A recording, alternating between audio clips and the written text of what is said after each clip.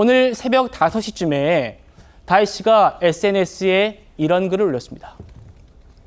자, 오늘 오전 5시 16분입니다. 이 글을 일필휘지로 쓰지 않았다면, 많은 고민을 했다면 아마 글 쓰는 시각은 새벽 5시보다 더 전이겠죠. 나는 범죄자도 아닌데 집을 압수수색을 당한다는 것이 진정되기엔 힘들고 시간이 걸리는 일임을 깨달았다. 그러면서 나는 내 아버지에게 칼을 겨누기 위해서 지려밟고 더럽혀져야 마땅한 말일 뿐이다. 이렇게 올렸습니다. 전 부원장님. 네.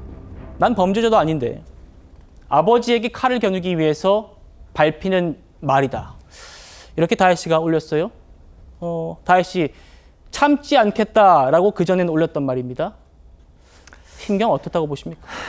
저는 사실 문다혜 씨의 가정사에 대해서 이번 사건에 대한 보도가 나오면서 저도 알게 됐습니다. 그래서 사실은 검찰에서 보고 있고 뭔가 밝히려고 주장한다는 그 혐의하고 상관없이 지금 문다혜 씨의 개인사가 모든 언론에 공개될 수밖에 없는 그런 현실이 있는 것은 분명히 맞는 것 같고요. 두 번째로는 정말 문재인 전 대통령에 대한 수사가 정말 어떤 정치적 의도도 없는 것일까? 국민들이 그런 점에서는 좀 의구심을 갖고 있다라고 봅니다. 지금 여러 가지 해명도 나오고 있고 그 전 사위인 서 씨 측 변호인단 입장을 보면 검찰이 너무 억지를 부리고 있다. 이 서모 씨가 결혼 전부터 증권회사에 다니고 돈을 벌어왔고 딸 다혜 씨도 경제활동을 해왔다라고 주장을 하고 있습니다. 그런데 지금 전반적인 언론 보도나 이런 걸 보면 검찰에서 주장하는 내용이나 혹은 문재인 전 대통령 부부도 관여하지 않았겠느냐는 의혹은 사실상 넘쳐나고 있습니다. 그렇다 보니 문다혜 씨 같은 경우에는 아니 뭔가 뚜렷하게 밝혀진 것도 아니고 여러 가지 혐의는 계속 늘어나고 어떻게 보면 내 사생활까지 모두 이것이 드러나고 있는데 이것이 내 가족에 대한 피해뿐만 아니라 아버지였던 대통령이었던 아버지 부부에게 결국은 검찰이 칼을 겨누는 것 아니냐 그런 심정이 드러낸 것으로 보입니다. 송 대변인님, 그러니까 방금 전 부원장이 말씀하신 그 포인트가 오늘 저희가 보도해드린다는 그런 내용이에요. 사위가 취직한 뒤에 그 부부에게 보내던 지원을 끊고 사위가 그 회사를 토리게임즈라는 회사를 나오잖아요. 그러면 지원을 재개해야 하는데 지원을 재개하지 않는단 말입니다.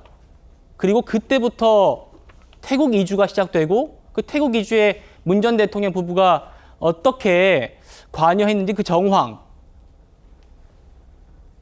적어도 문 전 대통령이 사위가 그 이스타젯이라는 타이스타젯이라는 회사에 취업할 걸 알았을 거라는 정황.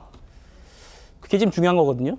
일단은요, 우리가 아주 간단한 의문을 하나 던져볼게요. 자, 문재인 전 대통령이 딸이 태국으로 이민을 간다는데 몰랐을까요? 딸이 얘기했겠죠. 아빠 저 태국으로 가요 하면은 왜 가냐고 물어봤겠죠. 그러면은 사위가 타이 이스타젯에 전무로 취업했다 이렇게 얘기를 할 거 아닙니까? 그러면은 문 전 대통령은 이런 생각이 안 들었을까요? 아니 내 사위는 항공사에 근무한 적도 없고 그 게임 회사 다니던 친구인데 어떻게 타이 이스타젯 전무가 됐지? 이런 거 안 궁금했을까요? 굉장히 우리 국민들께서 가질 수 있는 상식적인 의문입니다. 그리고 이 생활비는 왜 중요하냐면요. 1998년에 나온 대법원 판례가 있어요. 네. 당시 서울 영등포구청장이 기소돼가지고 만들어진 판례인데 이게 공무원이 직접 받지 않았다고 하더라도 그 공무원 본인이 생활비를 주거나 채무를 부담하는 관계에 있는 사람이 받았으면 그걸 공무원 본인이 뇌물을 받은 것과 똑같이 평가할 수 있어서 공무원 본인에게 직접 뇌물죄가 성립한다는 겁니다. 이 판례가 이미 26년 전에 나와 있고 예. 그 판례 법리에 따라서 지금 그 검찰에서도 생활비를 언제부터 주고 언제까지 끊었는가 이거를 지금 보고 있는 것이다 라는 말씀을 아울러 드립니다. 알겠습니다.